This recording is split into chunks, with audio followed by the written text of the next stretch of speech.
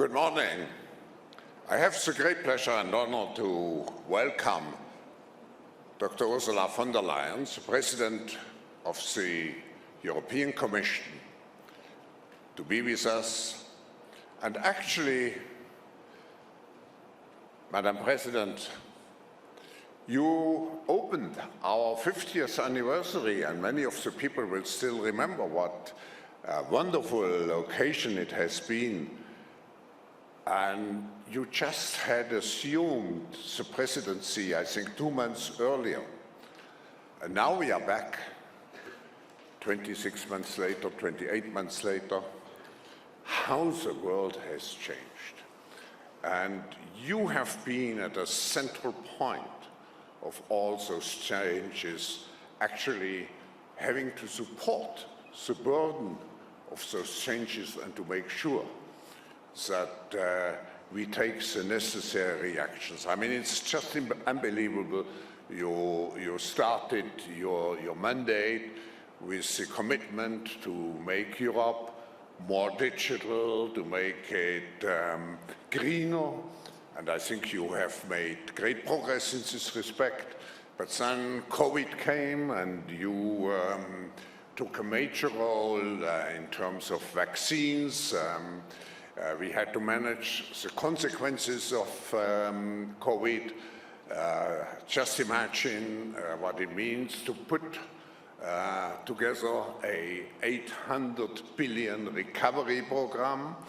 And then, just 3 months ago, the war, the aggression of Russia on Ukraine happened, and you took again a very determining role in shaping Europe's reaction.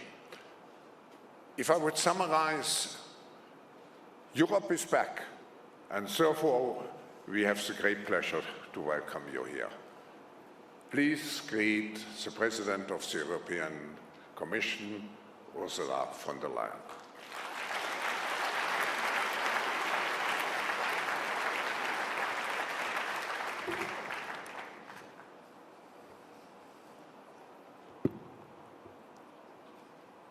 Thank you very much, Klaus.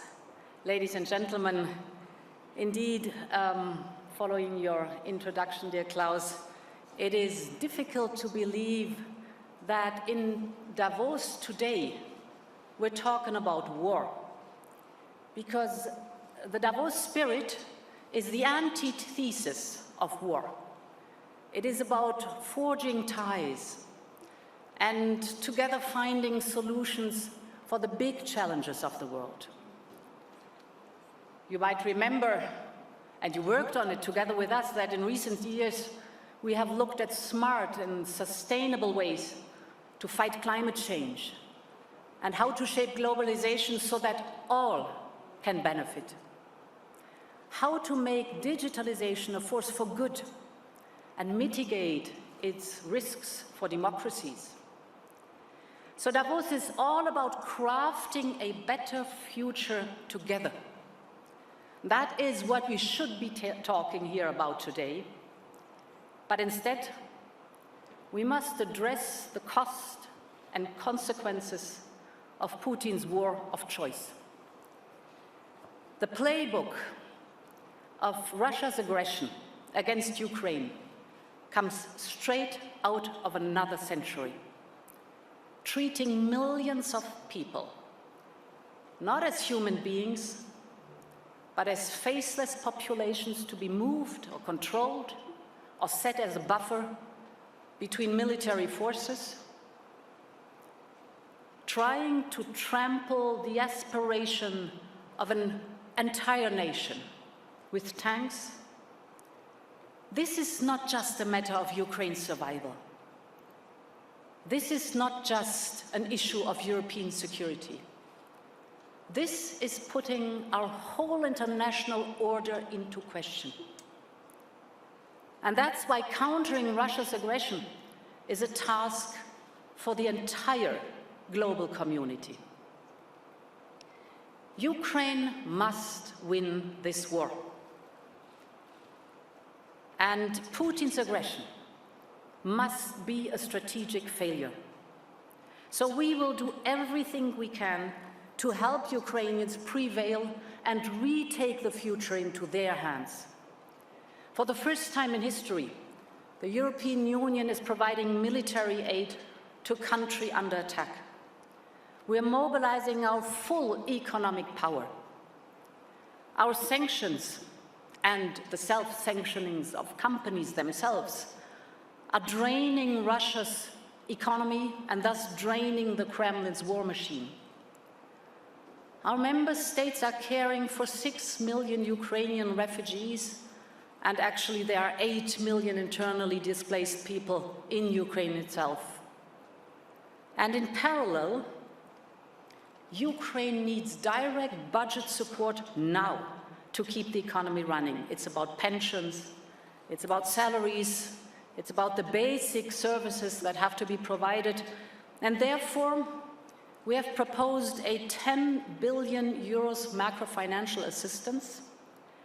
It is the largest package of macro-financial assistance ever conceived by the European Union for a third country. Other countries, starting with our friends in the United States, are doing their utmost too. It is an economic relief operation with no precedent in recent history. But that is the short term, and much more needs to be done. So with the same resolve, we will, hand in hand, help Ukraine rise from the ashes. That's the idea behind the reconstruction platform that I proposed to President Zelensky. You remember that yesterday, in his speech here in Davos, he recognized the unprecedented unity of the democratic world, the understanding that freedom must be fought for. So the rebuilding of Ukraine also calls for an unprecedented unity. As President Zelensky said, the work that has to be done is colossal. But together, we can and we will master the challenge.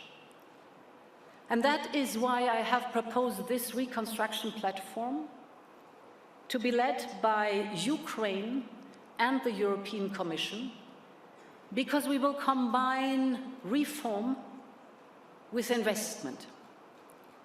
The platform invites global contributions from any country that cares about the future of Ukraine, from international financial institutions, from the private sector. We need everyone on board. And I was very glad to hear about the Lugano initiative yesterday. Borge Brende called it a Marshall Plan for Ukraine. And, ladies and gentlemen, we should leave no stone unturned. That is, including, if possible, the Russian assets that we have frozen. But this is not only about undoing the damage of Putin's destructive fury. It is also about building the future that Ukrainians have chosen themselves. For years now, the people of Ukraine have worked for change. And that is why they elected Volodymyr Zelensky in the first place. The reconstruction of the country should combine massive investment with ambitious reforms.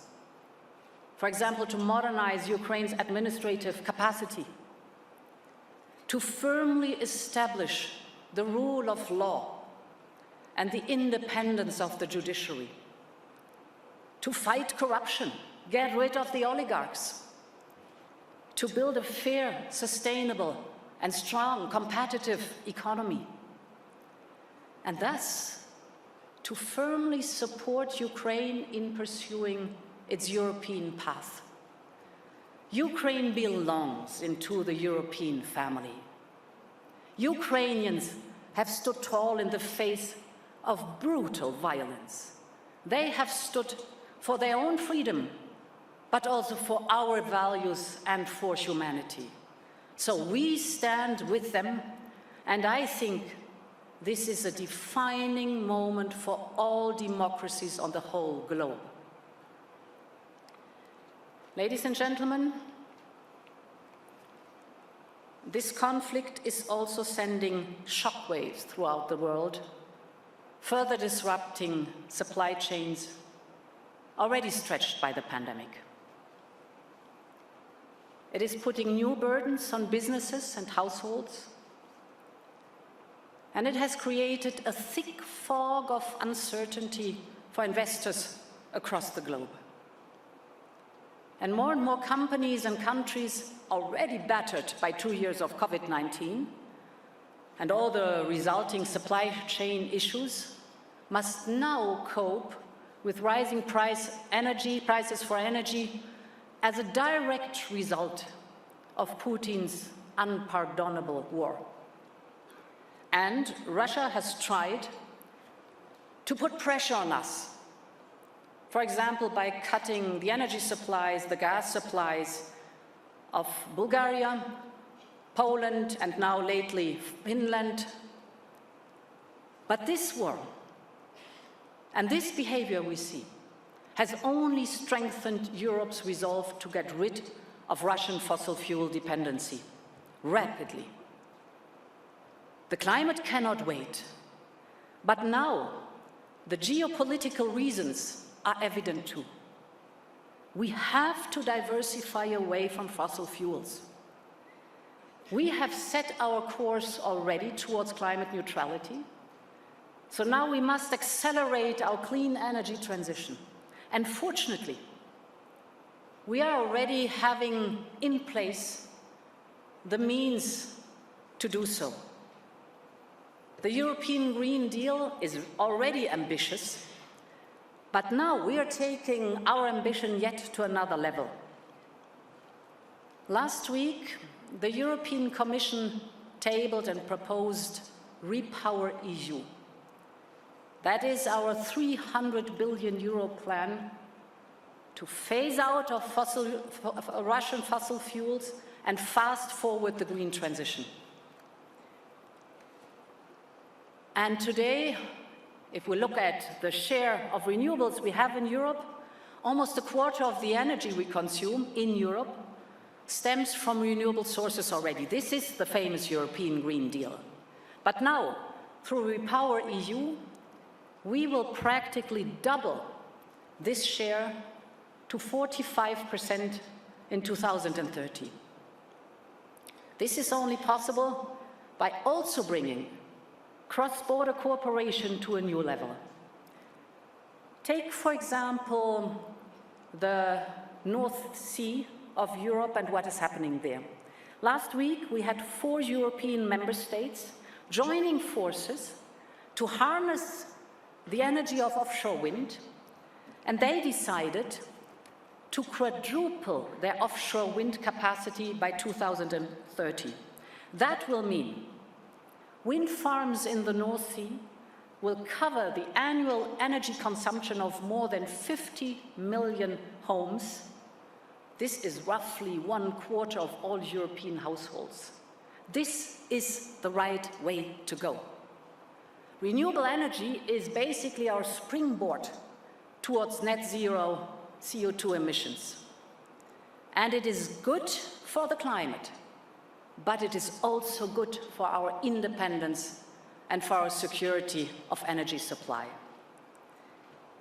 The same is true for the diversification of our gas supply. This is another pillar of Repower EU. As we speak, Europe is concluding new arrangements with reliable, trustworthy suppliers all over the world.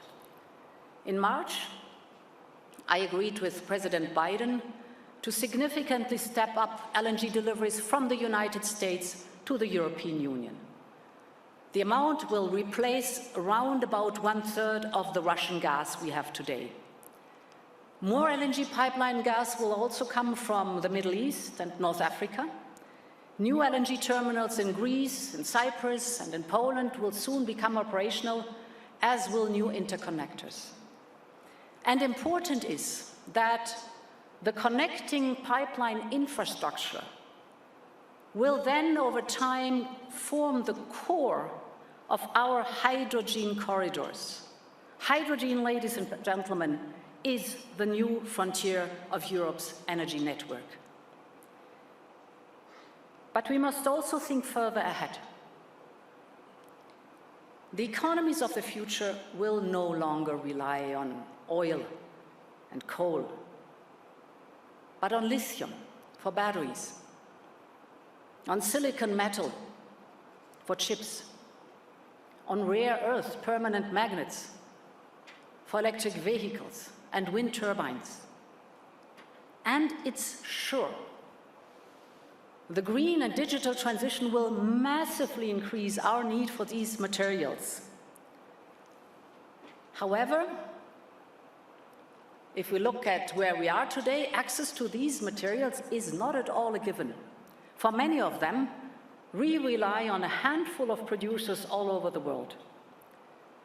So we must avoid falling into the same trap as with oil and gas. We should not replace old dependencies with new ones. We are therefore working to ensure the resilience of our supply chains. And again, strong international partnerships are at the heart of the solution. So the Commission has already secured strategic raw material partnerships with countries, for example, like Canada, and additional reliable partnerships will follow. Once again, together we can create more balanced interdependencies and build supply chains that we can really trust. Ladies and gentlemen,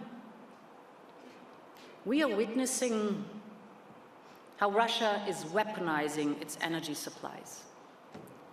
And indeed, this is having global repercussions. Unfortunately, we're seeing the same pattern emerging in food security.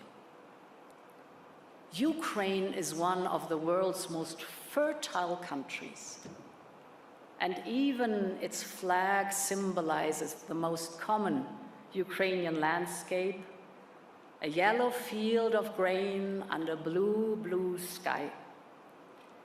Now, those fields of grain have been scorched. In Russian-occupied Ukraine, the Kremlin's army is confiscating grain stocks and machinery. For some, this brought back memories from a dark past, the times of the Soviets, crop seizures, and the devastating famine of the 1930s. Today, Russia's artillery is bombarding grain warehouses in Ukraine, deliberately. And Russian warships in the Black Sea are blockading Ukrainian ships full of wheat and sunflower seeds. The consequences of these shameful acts are there for everyone to see. Global wheat prices are skyrocketing, and it's the fragile countries and vulnerable populations that suffer the most. Bread prices in Lebanon have increased by 70%, and food shipments from Odessa could not reach Somalia. And on top of this, Russia is now hoarding its own food exports as a form of blackmail, holding back supplies to increase global prices or trading wheat in exchange for political support. This is using hunger and grain to wield power. And again, our answer is and must be to mobilize greater collaboration and support at the European and global level. First, Europe is working hard to get grain to global markets out of Ukraine. You must know that there are currently 20 million tons of wheat stuck in Ukraine. The usual export in Ukraine was 5 million tons per month. Now it is down to 200,000 to 1 million tons. By getting it out, we can provide Ukrainians with the needed revenues and the World Food Programme with supplies it so badly needs. So to do this, we are opening solidarity lines. We are linking Ukraine's borders to our ports. We're financing different modes of transportation so that Ukraine's grain can reach the most vulnerable countries in the world. Second, we're stepping up our own production to ease pressure on global food markets. And we're working with the World Food Programme so that available stocks and additional countries are able to reach the products, to have the products at affordable prices. Global cooperation is the antidote against Russia's blackmail. Third, we're supporting Africa in becoming less dependent on food imports. Only 50 years ago, Africa produced all the food it needed. For centuries, countries like Egypt were the granaries of the world. Then climate change made water scarce, and the desert swallowed hundreds of kilometers of fertile land year after year. Today, Africa is heavily dependent on food imports, and this makes it vulnerable. Therefore, an initiative to boost Africa's own production capacity will be critical to strengthen the continent's resilience. The challenge is to adapt farming to a warmer and drier age. So innovative technologies will be crucial to leapfrog. Companies around the world are already testing high-tech solutions for climate-smart agriculture. For example, precision irrigation, operating on power from renewable, or vertical farming, or nanotechnologies, which can cut the use of fossil fuels to produce fertilizers. Ladies and gentlemen, the signs of a growing food crisis are obvious. We have to act urgently. But there are also solutions today and on the horizon. And this is why, again, cooperation.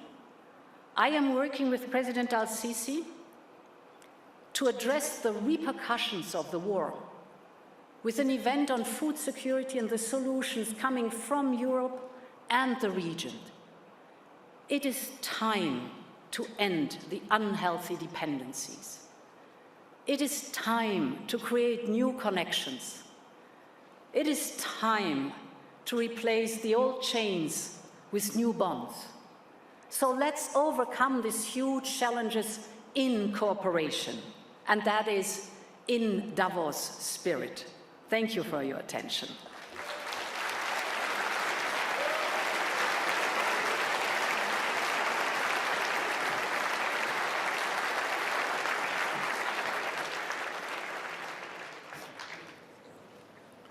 Madam President, dear Ursula, your speech, I think, for me was impressive because it was also a very reassuring answer to some of the concerns President Zelensky raised yesterday. So I'm very happy that in Davos he gets also response. And second, what impresses me as a former professor for strategy, how you take and Europe takes the existential crisis. It's an existential crisis at the same time as an opportunity to shape its own future in a much more constructive way. Now I have two short questions. The first one is related, you spoke about the strategic autonomy, also in a military sense. and we have to increase our defense budgets. But could you develop a little bit more about it, what the future of the European defense mechanism could be? Yes. So first and foremost, it's very clear that NATO is the strongest military alliance of the world, and it will always be. And Europe will never be a military alliance. But I'm deeply convinced that as Europeans, we need to be able to care for our own defense and to be able to act if being called upon. Now, if you look at the last, well, basically decade of defense investment, right after the financial crisis, you see that there were enormous cuts in defense spending. And if you look at the aggregated figures now, since the financial and economic crisis, you see that the defense investment in Europe rose by 20%, in the United States by 65%, in Russia by 300%, and in China by 600%. Of course, I know these are relative figures, but they are telling. Now, it is very good that with the bitter experience of war back on European soil, we realize we have to invest much more in a solid European defense capabilities. Leaders have agreed to spend 200 billion euros, step up in spending 200 billion euros in defense capabilities. So far, this is good. Very important for us in the European Union is that this is not 27 times fragmented investment in defense capabilities, because as a former Minister of Defense, I know very well how important interoperability between armed forces is, so that you have not 17 different types of tanks or fighter jets, but 1 or 2. Because this gives you the opportunity to scale up, so to use the economy of scales, to work together on spare parts, but also to exchange personnel that is trained on that. For example, an Estonian pilot could fly a fighter jet that comes from Belgium. So the interoperability between the armed forces is really crucial. And therefore, we are now putting up a platform in the European Union to orchestrate and to make sure that we have a joint procurement approach for this massive investment that will be there. Ursula, last question. If you look long term, can you ever imagine that Russia will re-find its place in Europe? Yes, is my answer. If Russia finds its way back to democracy, the rule of law, the respect for the international rules-based order, then it's a clear yes, because Russia is our neighbor. Russia will stay there. We share a long history. We share culture. So this might be, and this is certainly, a distant dream and hope, but this also says that our standing up against this brutal invasion is standing up against the leadership in Russia. It is the Russian people who are the ones who decide about the future of their country. They have it in their hands. And therefore, my answer is as I just said. Yeah. Maybe a very last question. Of course, we have I mean, political leaders, business leaders. What can business leaders do, if you had a wish, really to support all the program? And what should be the mentality of the business leaders? Certainly not business goes on. We have also to absorb what you just told us in our mindset as business leaders. what would be your message? Well, everything I've been speaking about, the knock-on effects of the war, but also that we are facing multiple crises. In the back is looming the climate crisis, and it's getting bigger and bigger. We are still in the outgoing part of the pandemic, but we have not overcome it. And now we have the knock-on effects, for example, the food crisis really coming at fast speed as a consequence of Putin's war. In every aspect, we will not make it without the private sector, without the business sector. We need you, and my experience in my time as a president of the European Commission is that it is an excellent cooperation with the business sector, because the business sector is taking on responsibility. I've seen it when we started with the European Green Deal, and now in full-fledged, you are at our side, coming with the innovation that is needed to really have this green transformation.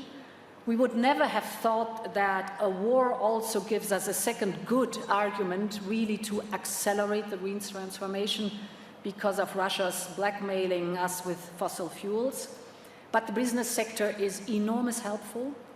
I am, and I was impressed to see when we unleashed 5 packages of severe sanctions, how the business sector stood up and took responsibility too, by deciding to not only follow the sanctions, but kind of self-sanctioning their own activities in Russia and leaving the country, but also taking care of their employees. This was amazing to see, and is amazing to see.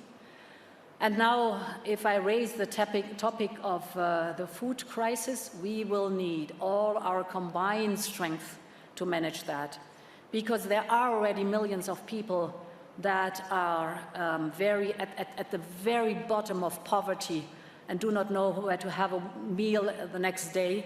But this will be getting much worse over the next month, because the Ukraine wheat and grain supply and the Russian grain supply, which were the granaries of the world, isn't there anymore, with all the consequences for the poorest in the world. We'll need every helping hand, and you are always the masters of precise, tailored solutions and innovations. So we can do the framework that eases it for you or nudges you in the right direction, but the innovation, the solutions, come from research and science, of course, but also from the business sector, and therefore you are so important. Thank you on behalf of all the participants, Madam President, for your so comprehensive speech. Yeah, thank you.